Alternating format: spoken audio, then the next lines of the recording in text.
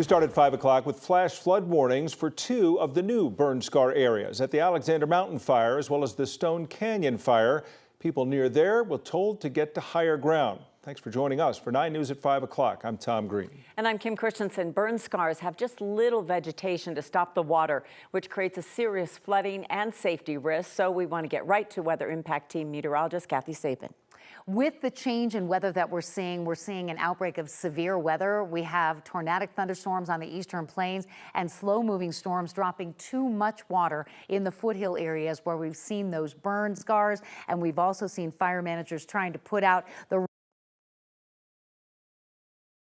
hillside. We're going to see a lot of water coming into those areas. The blue box area is a severe thunderstorm watch out through 10, but this is a tornado warning. This is in the eastern Adams County area near Prospect Valley. It's about 9 miles to the south of Prospect Valley, tracking toward the southeast. Right now, it is rotation that we're seeing with this storm system. Heavy rain and the potential for hail. The town of Leader is the area that we're watching along with rural areas of eastern Adams County as the storm tracks south of Prospect Valley toward the Leader area. It is moving southeast at about 15 to 20 miles per hour. Scattered light rain showers across the metro area. All eyes on the burn scar areas. Thankfully, the flash flood warning for the Alexander Mountain fire has canceled, but may be reinstated as we continue to see heavy rain over the same areas. There's a new flash flood warning in the Stone Canyon burn area through 6:15. A quarter to a half an inch of rain, which could certainly create debris flow, a wall of water, and could certainly put a lot of folks in harm's way in that area. So certainly some active weather not included in the severe thunderstorm watch, which is extended out until 10. But changes coming in our weather with a cold front coming in overnight. I'll have the timing and impact of that coming up. We know all too well how dangerous burn scars can be. It was July 2 years ago that flash flooding in the Cameron Peak burn scar led to the deaths of two people, a 36-year-old woman and her 12-year-old daughter. They were in the Crystal Mountain area when they were killed. The roads and bridges there also washed away. The good news about the wildfires along our Front Range, we start with the Quarry fire in Jefferson County, now listed as fully contained. It's listed as 579 acres. That was the fire sparking near Chatfield State Park 8 days ago on July 30th. It was a small vegetation fire, but it didn't take long before it was burning out of control. It did cause nearly 600 people to evacuate, but as of yesterday, all of them had returned home. That fire is being investigated as arson, but at this point, no other details have been released. A weekend and a half after the Alexander Mountain fire started, all of the remaining evacuations have been lifted. Also, Highway 34, which closed the day the fire broke out, is back open today. Tonight, the fire remains just over 9,600 acres. Crews have it 83% contained.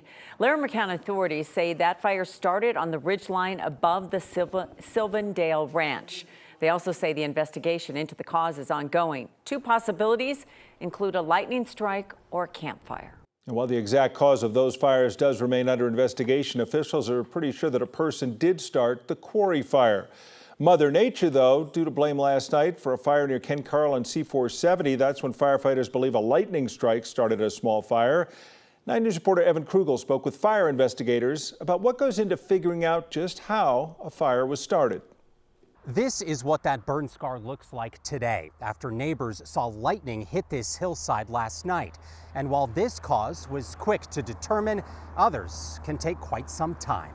This is after the fire is out. Figuring out the cause of a fire can involve some hiking. Probably more so than I really want to because I've done that. But Matt Araki knows the only way to crack the case is to find the place where it started. See how it all looks black right in there?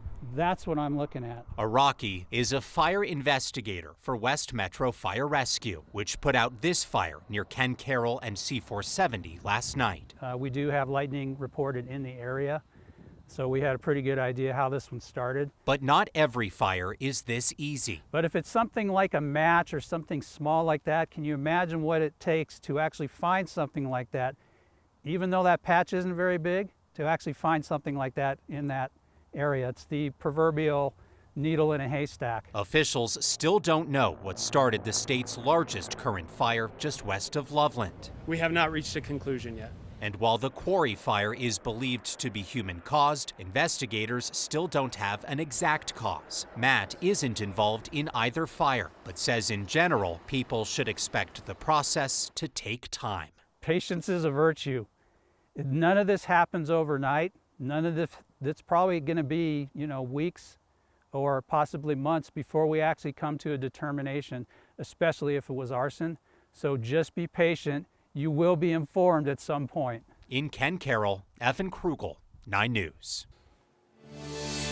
9 News Investigates has learned Denver police fired 3 officers for abhorrent comments made in a group chat. The department said the officers joked about going to newcomer migrant shelters for target practice. 9 News crime and justice reporter Kelly Rinke has much more on their terminations. Kelly. Hey there, Kim. Those 3 officers lost their job in late July. DPD said it's appalled by the subject of the messages and that these texts are disrespectful to not only newcomers in our community, but every officer working to keep everyone in the city safe. DPD said 3 officers posted messages that joked about going to newcomer shelters for target practice. Last year, we did a story about one of those officers. We interviewed Rodrigo Basurto, who was participating in a DPD program that exposed recruits to the city's diverse population. Basurto told us then the program will make him a better cop. Not only make me a better cop, but make me a better resident for Denver. The history of Denver, it's amazing. I learned a lot this last couple of days that I had no idea, and I've been here pretty much all my life.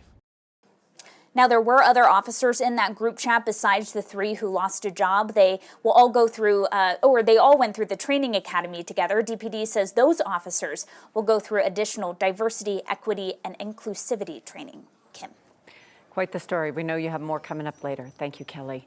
Now, if you have a tip for our team to investigate, just email investigates@9news.com. Starting today, you may start to see motorcycles doing lane filtering in Colorado. As of now, it's legal across the state. Now, lane filtering can only happen when traffic is stopped at a red light or in traffic backups. Motorcycles can then legally ride between the lanes, passing only on the left. They're not allowed to swerve into other lanes. The goal, of course, trying to keep traffic moving and to increase safety for everyone. When they are lane filtering, motorcycles can only top out at 15 miles an hour. The State Patrol and other departments will be out enforcing, making sure that people aren't passing when traffic is moving. Taylor Swift is canceling weekend concerts in Vienna because of a threat of a terrorist attack. Austria officials arrested 2 men today for the alleged plot. They found chemical substances during the arrest. Investigators say the men became radicalized online by ISIS and were planning to attack major events in Vienna.